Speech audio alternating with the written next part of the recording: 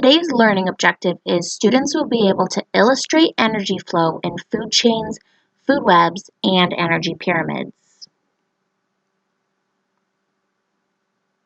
So some vocab that you need to know to be successful in this unit is an herbivore eats plants,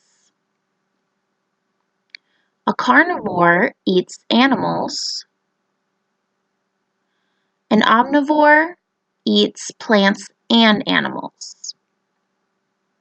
Okay, and then a producer is an organism that can make their own food through energy from the sun.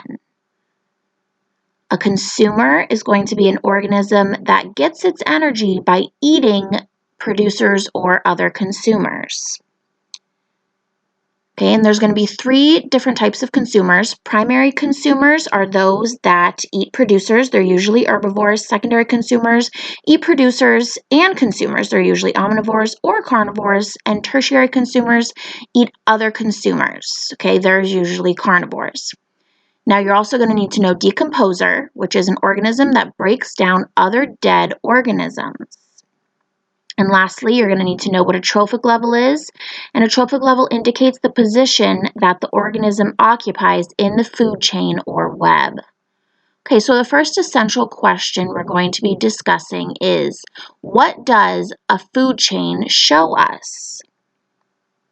So if we look at this example of a food chain here, a food chain uses pictures or words and arrows to show the movement of energy through the trophic levels of an organism. The arrows go from the most energy to the least energy, or in other words, from what is being eaten to what is eating it. So if we look at this picture again, the most energy starts at the sun and the producers, and then as other things eat them, it gets less and less energy. So the owl or the tertiary consumer would have the least energy in this food chain. So remember that when we talk about something a little bit later. So I want you to write the answers to these questions in your notebook, and we will discuss them tomorrow in class. So first, looking at this picture, why is the sun included? So why is the sun in this picture? Why is it included in the food chain? Next, I want you to look at this food chain on the left and answer the 4 questions in the blue box pertaining to the food chain itself. If you need to pause this so you can think about it, go ahead and get started back on when you're done. So next essential question, what does a food web show us? Okay, so food webs are different than food chains. Here's an example of a food web. You can see there's a lot of animals and a lot more lines going from animals that are eaten and eating them. So a food web describes the organisms found in interconnecting food chains using pictures or words and arrows. So in other words, it's a bunch of food chains together. This is what you need to remember. A food web is different from a food chain, only in that it's a bunch of food chains all together. So you can think of food webs as complex models of consumption within an ecosystem. So we're going to look at a few other examples of food webs to hopefully aid in your understanding.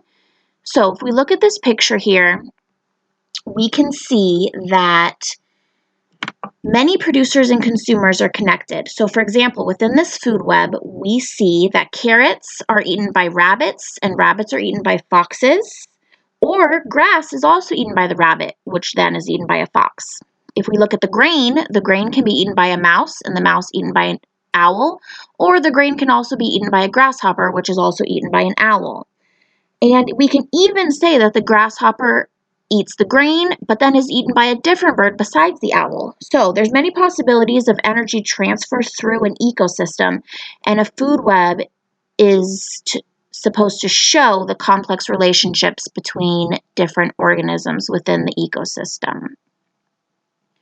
Okay, so let's take a look at this other one. This food web does a good job of showing that we can better see how there are many different producers, primary consumers, secondary consumers, and tertiary consumers in an ecosystem, and how they can all be part of the numerous different food chains. And this layout is going to help you better understand how these organisms fall into energy pyramids, which we'll talk about next. Okay, but first, I want you to write the answers to these questions in your notebook, and we will discuss them tomorrow in class. So first, I want you to look at this food web and answer the following questions. Name one producer, an herbivore, a carnivore, and an omnivore. Okay, so use your knowledge of the vocabulary we talked about to answer those. And then I want you to create a possible food web from the following organisms: leaves, rabbits, snakes, owls, grasshoppers, grass, caterpillars, rabbits, and hawks. Come up with a food web that you think works between those organisms. And we'll check them tomorrow in class. Okay, so the next essential questions. How does energy flow through an ecosystem, and how does the amount of energy change as it moves through an energy pyramid? So we're going to look at an energy pyramid here. And basically, an energy pyramid shows the amount of energy that moves from one trophic level to another trophic level through the food chain. Okay, so the most energy is at the producer level, which is the bottom of the pyramid. Okay, and I want you to take a look at this right here. It says energy lost. And basically what that's going to mean is the availability of energy decreases as it moves up the energy pyramid. And this is known as the 10% rule. So looking at the 10% rule, this diagram shows that 10% of the energy is transferred from one trophic level to the next trophic level because some energy is used by the plant or the prey itself, and some is lost through heat back into the environment. So this diagram shows that the energy starts with a producer and it moves up the pyramid. Most of the energy is at the bottom and the least is at the top. So remember, we mentioned that when we were talking about our example of the food chain, the producer starts with the most energy, and as the producer is eaten by the primary consumer, it loses energy, and so on until it reaches the highest form of the consumer. Okay, so we're going to talk about another example next that illustrates the food chain example specifically within an energy pyramid. So if we're looking at this energy pyramid here, the producer is grass, and it starts with 100% of the energy, and then when the primary consumer, which in this case is an insect, eats it, only 10% of that energy is going to transfer to the insect. So for example, if the grass started with 1,000 kilocalories of energy, the insect would only get 100 kilocalories from it, because if you do 1,000 times 0.10, which is 10%, you end up with 100. Then if the rodent eats the insect, and only gets 10% of the 100 kilocalories from the insect, it would end up with only 10 kilocalories, which is 1% of the total energy from the starting plant. And then if the hawk eats the rodent, again, it only gets 10% of that energy, which the rodent ended up with, which would be 1 kilocalorie, or 0.1% of the total energy from the whole food chain. So this example is supposed to illustrate that as consumers eat the producers below it, energy is lost. So think about this question for tomorrow in class, and we're going to discuss it, but I want you to think. What do you think the answer is? So looking at this energy pyramid, who needs the most energy to survive in an ecosystem? What do you think? Write down your answers in your notebook, and we'll talk about those tomorrow along with all the others.